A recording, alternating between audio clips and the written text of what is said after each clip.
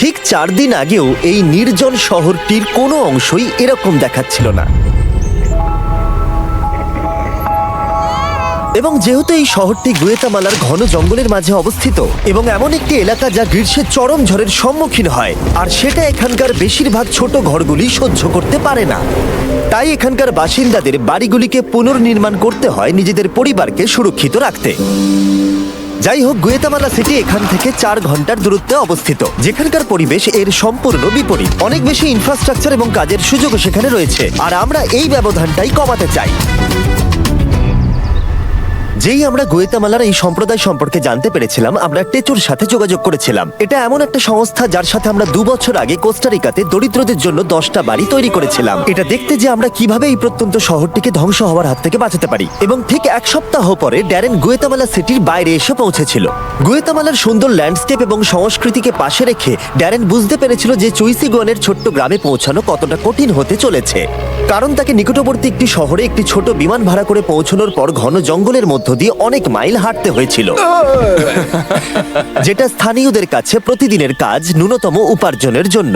সেখানে পৌঁছানোর পর ড্যারেন অ্যালবার্টোর সাথে দেখা করেছিল। সে এবং তার স্ত্রী 8 সন্তানকে মানুষ করবার চেষ্টা করে যাচ্ছে। তাদের প্রতিদিন ঘন্টার পর ঘন্টা হেঁটে নিকটবর্তী শহরে পৌঁছে কাপড় বিক্রি করতে হয় মাত্র $2 রোজগার করার জন্য, যার অর্থ হলো এই পরিবারের প্রত্যেকের ভাগ্যে থাকে সপ্তাহে মাত্র $1। শুধু তাই নয়, এই 10 জনের পুরো পরিবারকে একটা বেডরুমেই থাকতে হয়। এই লোকেরা যে বাড়িতে বসবাস করছে সেগুলি খুবই অপোক্ত এবং দুর্বল। মেঝেগুলো ধুলোতে ভর্তি, বিদ্যুৎ নেই, তাদের বাড়ির ভেতরে আগুন জ্বালাতে হয় যাতে তারা রান্না করতে পারে আর গরম থাকে। এছাড়াও অ্যালবার্টো এবং এই সম্প্রদায়ের সবাইকে পরিষ্কার পানীয় জল পেতে অনেক কষ্ট করতে হয়। আমাদের এখনো এখান থেকে অনেক দূরে গিয়ে কষ্ট করে জল নিয়ে আসতে হয়। তারপরেও আমরা যে জলটা পাই তাতে করে আমাদের পরিবারের সকলের চলে না, আমাদের আরো জলের প্রয়োজন হয়। এটা দেখে সত্যিই কষ্ট লাগে যে এদের পক্ষে এদের পরিবারকে বাঁচিয়ে রাখা কতটা কষ্টকর হতে পারে। আমরা এসে এই সম্প্রদায়কে সাহায্য করতে চাই, তাদের মধ্যে একটা বিরাট পরিবর্তন আনতে চাই। আমরা তাদের পরিবারকে আরো আরামদায়ক আর নিরাপদ পরিবেশ দিতে চাই, এবং তাই আমরা আমাদের পার্টনার টেকনোর সাথে আগামী কয়েকদিনে যে কাজটা করতে যাচ্ছি তার জন্য একটা বড় পরিকল্পনা করেছি। তাই মাত্র 4 দিনের মধ্যে আমরা এমন 15টি নতুন বাড়ি তৈরি করব যাতে সোলার সিস্টেম বিদ্যুৎ সরবরাহ করতে পারে, একটা স্যানিটেশন সিস্টেম, কংক্রিটের মেঝে, একটা কাঠের জ্বালানির উনুন এবং স্টোরেজ ফিল্ট্রেশন সহ একটা রেন হারভেস্টিং সিস্টেম।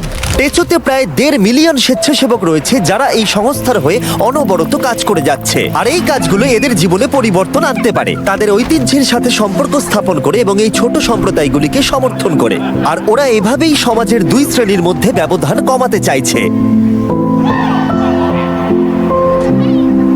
পরের দিন খুব ভোরে, মাত্র 4 দিনের মধ্যে এই বিশাল কাজটা সম্পূর্ণ করতে 50 জনেরও বেশি টেচোর স্বেচ্ছাসেবক এই গ্রামে এলো এই কনস্ট্রাকশনটা শুরু করতে। আর যেহেতু এই গ্রামে কোনো রাস্তাই ছিল না, তাই ড্যারেন এবং স্বেচ্ছাসেবকদের সমস্ত বিল্ডিং সরঞ্জাম নিয়ে পাহাড়ের উপরে উঠতে হয়েছিল, যেখানে মাত্র 48 ঘন্টার মধ্যে নতুন বাড়ি তৈরি করা অত্যন্ত কঠিন হতে চলেছে।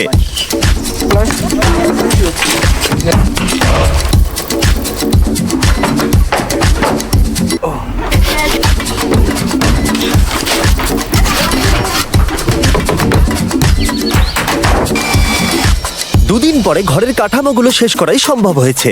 যাই হোক, মাত্র 48 ঘন্টার বাকি আছে। ওদের এখনো ইরিগেশন পাইপ এবং ওয়াটার কালেকশন সিস্টেমের প্লাম্বিং এর কাজ বাকি আছে।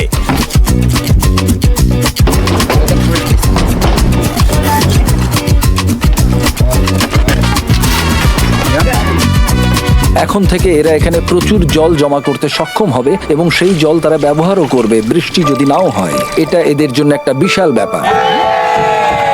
আমার আগে কখনো ড্যারেনের ক্ষমতায় সন্দেহ ছিল না, কিন্তু এখানে ওরা আমাকে অবাক করে দিল। বিশ্বাস করতে পারছি না, ওরা গোটা কাজটা সূর্য ওঠার আগেই শেষ করে ফেলে। অ্যালবার্টো এবং তার পরিবারকে নতুন বাড়ি তৈরি করে দিয়ে ওরা অবাক করে দেয়, আর বাচ্চারা তাদের উত্তেজনা ধরে রাখতে পারছিল না। এবার রিবনটা কাটা যাক।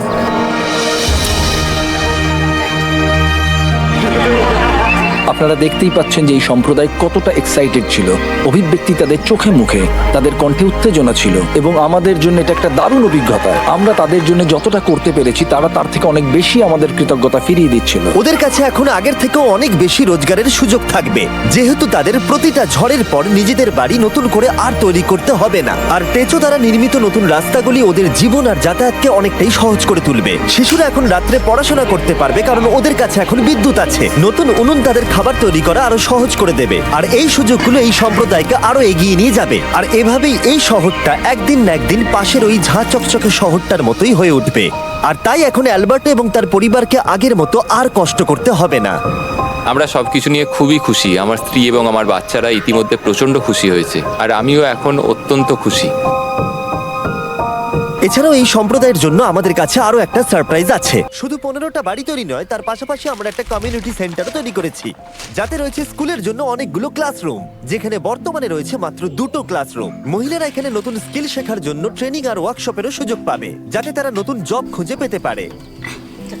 এই গ্রামের লোকেরা শুধু ঘরগুলোই খুলেছে তাই নয়, তাদের হৃদয়গুলোও খুলে দিয়েছে এবং তাদের সম্প্রদায়কেও আমাদের সামনে খুলে দিয়েছে, এবং আমরা সেটা অনুভব করতে পারছি। এই ভিডিওগুলোতে আপনাদের সাপোর্টই আমার কাছে সবকিছু। আশা করবো আপনাদের ভালো লেগেছে। আপনারা যত এই ভিডিওগুলো দেখবেন, আমরা তত ওদেরকে সাহায্য করতে পারবো। কিন্তু আপনাদের আঙুলও সাহায্য করতে পারে। সাবস্ক্রাইব বাটনটা টিপে, তাই এক্ষুনি টিপে দিন। তারপর আমাদের কমেন্টে জানান, আর রেগে যান তার উপরে যে সাবস্ক্রাইব করছে না। রাগ করুন কিন্তু সুন্দরভাবে, কারণ আমরা পজিটিভিটি চাই। কিন্তু রাগ করুন প্লিজ, যাতে ওরা সাবস্ক্রাইব করে দেয়। বাই।